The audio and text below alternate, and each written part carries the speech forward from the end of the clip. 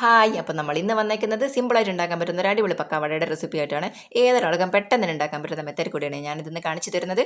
അപ്പോൾ നമ്മുടെ ചാനൽ ആരെങ്കിലും സബ്സ്ക്രൈബ് ചെയ്യാതെ കാണുന്നുണ്ടെങ്കിൽ ഒന്ന് സബ്സ്ക്രൈബ് ചെയ്ത് നമ്മളെ സപ്പോർട്ട് ചെയ്യണേ. അപ്പോൾ ഇത് ഉണ്ടാക്കാൻ വേണ്ടിയിട്ട് ഞാനിതാ 3 മീഡിയം സൈസ് ഉള്ളിയാണ് എടുത്തിട്ടുള്ളത്. അതിങ്ങനെ സ്മോൾ പീസാക്കിയിട്ട് ഇങ്ങനെ അരിഞ്ഞ് വെച്ചിട്ടുണ്ട്. ഇത്രയും കുഞ്ഞായിട്ട് അരിഞ്ഞെടുക്കാൻ ശ്രദ്ധിച്ചോളണേ.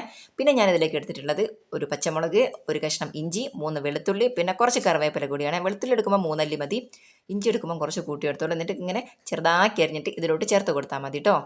അപ്പോൾ ഇഞ്ചിയുടെ ടേസ്റ്റാണ് നമുക്കിത് മെയിനായിട്ട് വേണ്ടത്. പിന്നെ നമുക്ക് ഇതിലോട്ട് കുറച്ച് പൊടി കൂടി ആവശ്യമുണ്ട്. അതിനായിട്ട് ഞാനിതാ ഒരു 3/4 ടീസ്പൂണ് മുളക് പൊടി എടുത്തിട്ടുണ്ട്. ഇതിപ്പോൾ നല്ല എരിവുള്ള മുളക് പൊടിയാണ്, അതുകൊണ്ടാണ് ഞാൻ 3/4 ടീസ്പൂൺ എടുത്തിട്ടുള്ളത്. നിങ്ങൾക്ക് 1 ടീസ്പൂൺ എടുക്കാം കേട്ടോ.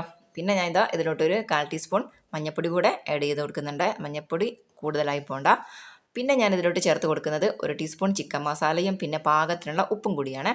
ഇത് കൂടി ചേർന്ന് കഴിഞ്ഞാൽ നമുക്കിതെല്ലാം കൂടി ഒന്ന് നല്ലോണം ഒന്ന് മിക്സ് ആക്കി എടുക്കണം. നമ്മുടെ കൈ വെച്ചിട്ട് നല്ലോണം ഒന്ന് കുഴച്ചെടുക്കണം. നമ്മുടെ ഉള്ളിയില്ലേ, ഉള്ളിൽ ഈ മസാല മൊത്തം ഇങ്ങനെ പിടിക്കണം. അപ്പം നല്ലോണം അടിച്ച് പരത്തി കുഴച്ചെടുത്തോളണം കേട്ടോ. എന്നിട്ട് നമുക്ക് ഇതിലോട്ട് പൊടികൾ ചേർത്ത് കൊടുക്കണം. അതായത് ഒരു 200 ഗ്രാം കടലപ്പൊടി, 100 ഗ്രാം മൈദ, പിന്നെ 50 ഗ്രാം അരിപ്പൊടി. ഇതും കൂടെ ചേർത്തിട്ട് കുറച്ച് വെള്ളം കൂടി ചേർത്തിട്ട് നല്ലോണം ഒന്ന് കുഴച്ച് മിക്സ് ആക്കി എടുക്കണം കേട്ടോ. നമ്മുടെ കൈ വെച്ചിട്ട് നല്ലോണം ഒന്ന് കുഴച്ചിട്ട് ഒരു പരുവാക്കി എടുത്താൽ മതിയേ. പിന്നെ വെള്ളമൊന്നും കൂടി പോകരുത്, വെള്ളം കുറഞ്ഞും പോകരുത്. നമുക്ക് നുള്ളിയിടാനുള്ള ഒരു പാകമല്ലേ, ആ ഒരു കൺസിസ്റ്റൻസിയിലാണ് നമുക്കിത് കിട്ടേണ്ടത്. ഈ ഒരു പാകത്ത് കിട്ടിയാൽ മതി കേട്ടോ. ഇതിപ്പം നമുക്ക് നമ്മുടെ കൈ വെച്ച് പെട്ടെന്ന് തന്നെ എണ്ണയിലോട്ട് നുള്ളിയിടാൻ പറ്റുമല്ലോ. ഇങ്ങനെ ആയാൽ മതിയേ. ഇനിയിപ്പോൾ അഥവാ വെള്ളം കൂടിപ്പോയി എന്ന് വെച്ചാൽ നമുക്ക് കുറച്ച് മൈദപ്പൊടിയോ കടലപ്പൊടിയോ ചേർത്ത് കൊടുത്താൽ മതി കേട്ടോ. ഇനി ഇതിപ്പം നമുക്ക് ഉണ്ടാക്കാൻ വേണ്ടിയിട്ട് ഒരു പാൻ അടുപ്പിലോട്ട് വെച്ചിട്ടുണ്ട്. ആ പാൻ ഒന്ന് ചൂടായി വരുന്ന സമയത്ത് നമുക്ക് കുറച്ച് വെളിച്ചെണ്ണ ഇതിലോട്ട് ഒഴിച്ച് കൊടുക്കാം കേട്ടോ. വെളിച്ചെണ്ണയൊക്കെ കുറച്ച് ഒഴിച്ചാൽ മതിയേ. എന്താ വെളിച്ചെണ്ണ ഒഴിച്ച് കൊടുത്തിട്ടുണ്ട്. അപ്പം വെളിച്ചെണ്ണ നല്ലോണം ചൂടായി വരുന്ന സമയത്ത് മാത്രം നമുക്ക് ഇതിലോട്ട് മാവ് ഇട്ട് കൊടുത്താൽ മതിയേ. ഇതിപ്പം തിളയൊക്കെ വന്ന് തുടങ്ങിയിട്ടേ ഉള്ളൂ. നല്ലോണം ഒന്ന് ചൂടായി വന്നോട്ടെ. ചൂടായി വന്നിട്ട് നമുക്ക് കൈകൊണ്ട് നുള്ളിയിട്ട് കൊടുത്താൽ മതിയേ. ഇത് ഞാനിപ്പോൾ സ്പൂൺ വെച്ചിട്ടാണ് ഇട്ട് കൊടുത്തിട്ടുള്ളത്. ഇതിപ്പോൾ കൈകൊണ്ട് നുള്ളിയിടാൻ നിന്നാൽ ഇവിടെ 2 ആൾ കട്ട വെയിറ്റിങ്ങിലാണ് കേട്ടോ ഇതായിട്ട് കഴിക്കാൻ വേണ്ടിയിട്ട്.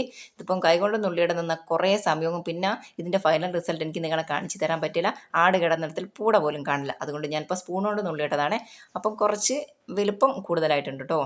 എന്ന് വെച്ചിട്ട് ടേസ്റ്റ് ഒന്നും കുറയില്ല. അതിപ്പം കാണാൻ കുറച്ച് ഭംഗി കുറവുണ്ടെന്നേ ഉള്ളൂ. ഇതിപ്പോൾ ഒരു സൈഡ് റെഡി ആയപ്പോൾ ഞാനത് തിരിച്ചിട്ട് കൊടുത്തിട്ടുണ്ട് കേട്ടോ.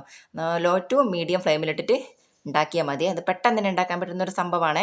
ഇതാ ഞാനിപ്പോൾ എല്ലാ ഐറ്റംസും ഇവിടെ റെഡിയാക്കി വെച്ചിട്ടുണ്ട്. ഒരു പ്ലേറ്റിലോട്ട് മാറ്റി വെച്ചിട്ടുണ്ട് കേട്ടോ. അത് കുറച്ച് വലിപ്പം കൂടിയിട്ടുണ്ടെന്നേ ഉള്ളൂ. പക്ഷേ ടേസ്റ്റിന് ഒരു വ്യത്യാസമില്ല. നമ്മൾ പുറത്തുനിന്ന് വാങ്ങുന്ന അതേ പക്കവടയുടെ ടേസ്റ്റ് തന്നെയാണ് കേട്ടോ. അപ്പോൾ എല്ലാവരും മസ്റ്റായിട്ട് ഒന്ന് ട്രൈ ചെയ്ത് നോക്കൂ കേട്ടോ. പെട്ടെന്ന് തന്നെ ഉണ്ടാക്കാൻ പറ്റുന്ന ഒരു അടിപൊളി റെസിപ്പി അല്ലേ.